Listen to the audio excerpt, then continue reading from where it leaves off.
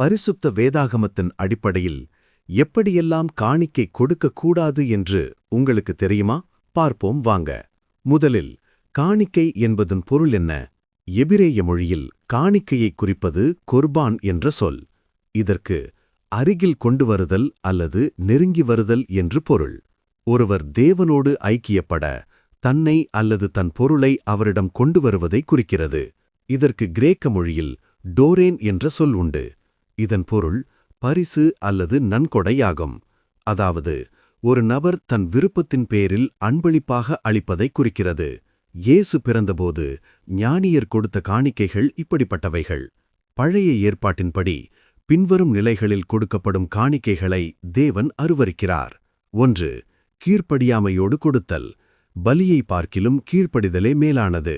1 Samuel 15:22. 2. அசுத்தமானதை செலுத்துதல்.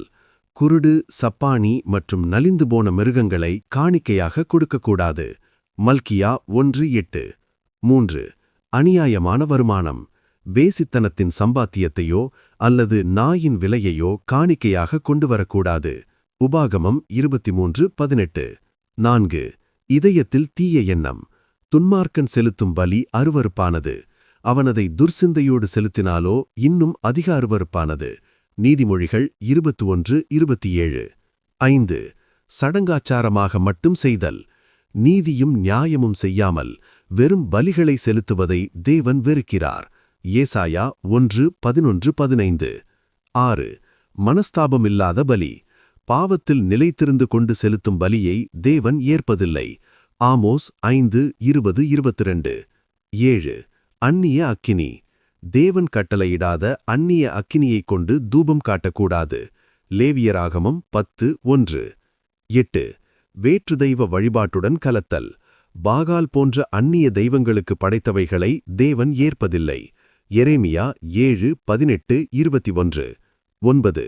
கஞ்சத்தனமான காணிக்கை. குறைவான அல்லது தரம் குறைந்த காணிக்கையை தேவன் அசட்டை செய்கிறார்.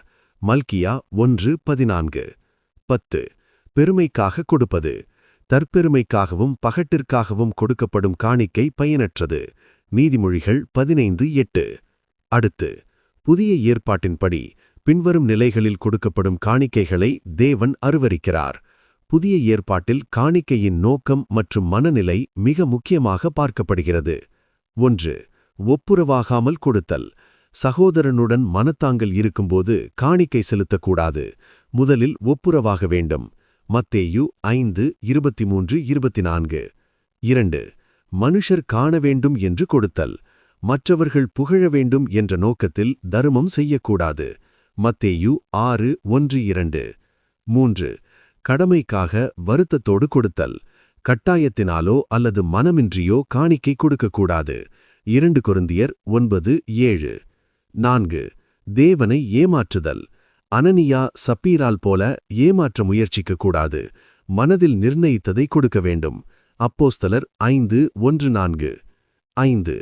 பெற்றோரை அசட்டை செய்து கொடுப்பது. பெற்றோருக்கு செய்ய வேண்டிய உதவியை செய்யாமல் காணிக்கை கொடுப்பது தவறு. மார்க்கு 7:11-13. 6. பண ஆசையோடு கொடுத்தல்.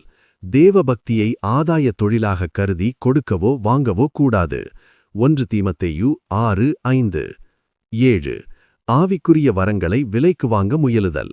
சீமோன் மாயவிக்காரனைப் போல பணத்தை கொடுத்து தேவ கிருபையை பெற முயலக்கூடாது. அப்போஸ்தலர் 8:18-20. 8. சுயநீதியை பறைசாற்ற கொடுத்தல். பரிசேயனைப் போல தன் செயல்களை பெருமையாக பேசி காணிக்கை செலுத்தக்கூடாது. லூக்கா 18:11-12. 9. ஏழைகளை ஒடுக்கிவிட்டு கொடுத்தல். அநீதியாய் சம்பாதித்ததைக் கொண்டு காணிக்கை செலுத்துவதை வேதம் அங்கீகரிக்கப்பதில்லை. யாக்கோபு 5:4. 10. உண்மையில்லாத மனநிலை. தேவன் ஆவியாயிருக்கிறார். அவரை தொழுது கொள்ளுபவர்கள் உண்மையோடு தொழுது கொள்ள வேண்டும். வெறும் சடங்கு காணிக்கையாகாது.